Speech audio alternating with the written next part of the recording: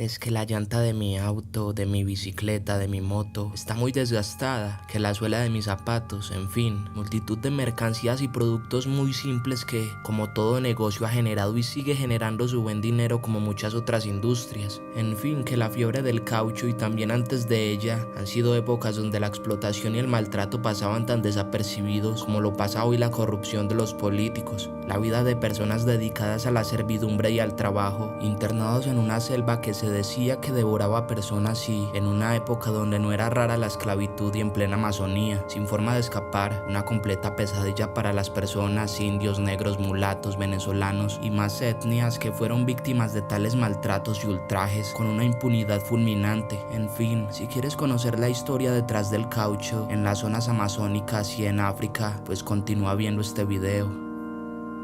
La historia del caucho suele ser contada desde la perspectiva del joven inventor estadounidense que, a pesar de las deudas y los sucesivos fracasos, persistió y persistió hasta descubrir la vulcanización del caucho que luego serviría para desarrollar neumáticos. Ese hombre era Charles Goodyear. Su apellido fue inmortalizado por la multinacional de Goodyear Tire Rubber Company, que quiso homenajear al descubridor de la vulcanización, inmortalizándolo en sus neumáticos para automóviles, camiones, aviones y maquinarias. Pero antes, mucho antes de Goodyear, el caucho ya era conocido por los nativos de Sudamérica.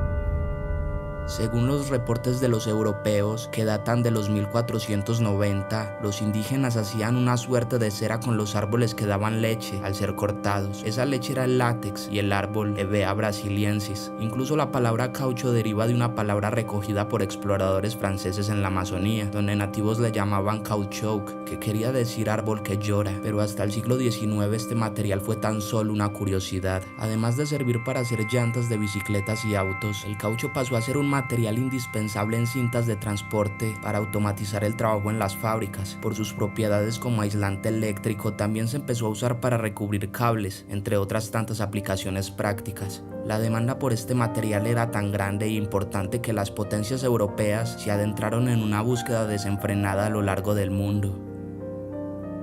Una de sus medidas fue deforestar grandes extensiones de Asia para plantar Hevea brasiliensis, pero estos árboles demoraban mucho en crecer y había otras plantas que generaban látex en distintas cantidades. Justo cuando el caucho se había vuelto una materia prima indispensable para Occidente, el suministro más grande fue encontrado en lo que hoy es la República Democrática del Congo. ¿Cómo es posible obtener ese caucho en la mayor cantidad y más rápido posible?, se preguntó Harford.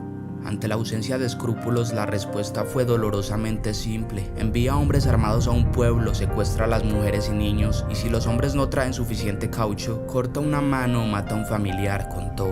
A la cabeza de este violento plan estaba uno de los monarcas más infames de la historia, el rey Leopoldo II de Bélgica. Oficialmente el territorio se llamaba Estado Libre del Congo, ELC, pero su forma de gobierno ni siquiera calificaba como colonia, era el feudo personal del rey. ¿Quién era Leopoldo II? El rey belga que fue dueño de un trozo de África en el que se cometieron los peores abusos. Solo gradualmente el mundo se enteró de que, de hecho, era un estado esclavista en el que los congoleños eran gobernados por medio del terror. Mientras Leopoldo cosechaba las riquezas de las enormes reservas de cobre, marfil y caucho del Congo, los congoleños se veían obligados a trabajar para evitar sádicos castigos, desde latigazos y agresiones sexuales hasta robo de sus poblados y exterminación de aldeas enteras, agregó.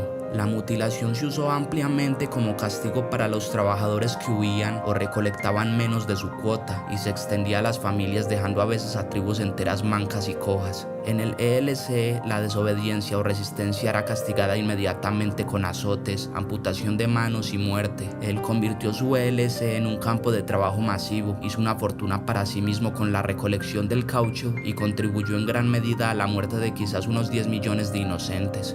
La cifra de las posibles víctimas es controvertida, pero la brutalidad del reinado de Leopoldo no. En la actualidad, más de la mitad del caucho del mundo no proviene de árboles que lloran, sino que es fabricado de manera sintética. Desarrollado durante la Segunda Guerra Mundial, el caucho sintético es más barato y a veces mejor que el natural. Tal es el caso, por ejemplo, de su aplicación en neumáticos de bicicletas. Pero hay industrias donde el Hevea brasiliensis sigue siendo insustituible. Cerca de 3/4 de la cosecha de estas plantas es empleada para la fabricación de neumáticos para vehículos pesados. En la medida en que se precisan más autos, camiones y aviones, también se precisa más caucho, y esto no llega sin nuevas controversias. Y dime, ¿qué opinas de la historia del caucho? ¿Qué te ha parecido? No olvides dejarme saber tu opinión en los comentarios, dejar tu like, suscribirte y compartir el video si te gustó. Sin más me despido y hasta la próxima.